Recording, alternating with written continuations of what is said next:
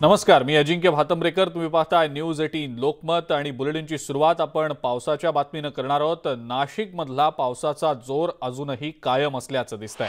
जिल्ह्यातील 24 प्रकल्प तुडुंब भरलेत। गंगापूर धरणातून गोदावरी नदीमध्ये विसर्ग करण्यात येतोय। गोदावरी नदीला यंदाच्या मोसमात चौथ्यांदा पूर आलेला आहे, त्यामुळे नदीकाठच्या रहिवाशांना सतर्कतेचा इशारा देण्यात आलेला आहे। गोदावरी, दारणा, कादवा या नदीकाठी राहणाऱ्या नागरिकांना सतर्क राहण्याचे आदेश प्रशासनाने दिलेले आहेत।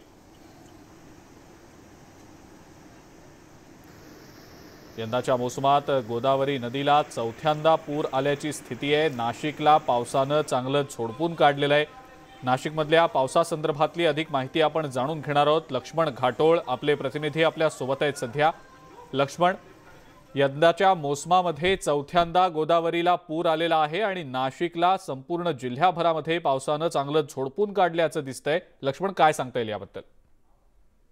ज्या गंगापूर धरणातून नाशिकच्या गोदावरी नदीपात्रामध्ये पाणी सोडलं जातं, त्या गंगापूर धरणाच्या पाणलोट क्षेत्रामध्ये गेल्या 2 दिवसांपासून संततधार पाऊस सुरू आहे आणि त्यामुळे गंगापूर धरणातून मोठ्या प्रमाणात पाण्याचा विसर्ग जो आहे तो टप्प्याटप्प्याने वाढवला जातो। आज सकाळी देखील गंगापूर धरणातून पाण्याचा विसर्ग जो आहे तो 6,000 वरून 7,000 इतका करण्यात आलेला आहे। त्यामुळे गंगापूर धरणातून सोडण्यात येणाऱ्या पाण्यामुळे नाशिकची गोदावरी नदी पुन्हा एकदा दुथडी भरून वाहू लागलेली आहे।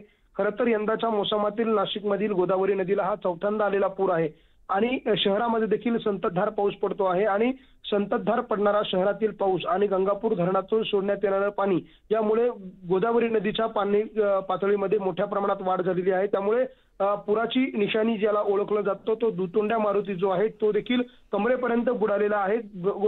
जो दुतोंड्या मारुती आहे त्याच्या गुडघ्याच्या वर पाणी जर आलं तर गोदावरीला पूर आला असं समजलं जातं। अशी पूर्वापार परंपरा या ठिकाणी गोदावरी पूर मापनाची आहे आणि आता देखील हा जो तोंड्या मारुती जो आहे तो कमरेपर्यंत त्याच्या पाणी लागलेलं आहे। त्यामुळे रामकुंड असतील, लक्ष्मण कुंड असतील आणि त्याबरोबर ज्या ठिकाणी अस्थि विसर्जन केलं जातं तो सगळा भाग जो आहे तो पाण्याखाली आलेला आहे आणि नदी काठावर असलेली जी छोटी मोठी 15 ते 20 छोटी मोठी मंदिरं आहेत तिला देखील या गोदावरी नदीच्या पाण्यानं वेढा घातलेला आहे आणि त्यामुळे नाशिकच्या गोदावरी नदी तीरावरती पुन्हा एकदा पूर परिस्थिती जी आहे ती निर्माण झालेली आहे। छोटी मोठी व्यावसायिक जे आहेत त्यांना देखील या ठिकाणून हलवण्यात आलेला आहे आणि हा पाऊस जो आहे तो अशाच पद्धतीने जर सुरू राहिला तर पाणी सोडण्यामध्ये पुन्हा एकदा पाण्याच्या पातळीमध्ये वाढ होईल आणि यामुळे नागरिकांना सतर्क राहण्याच्या सूचना देण्यात आलेल्या आहेत।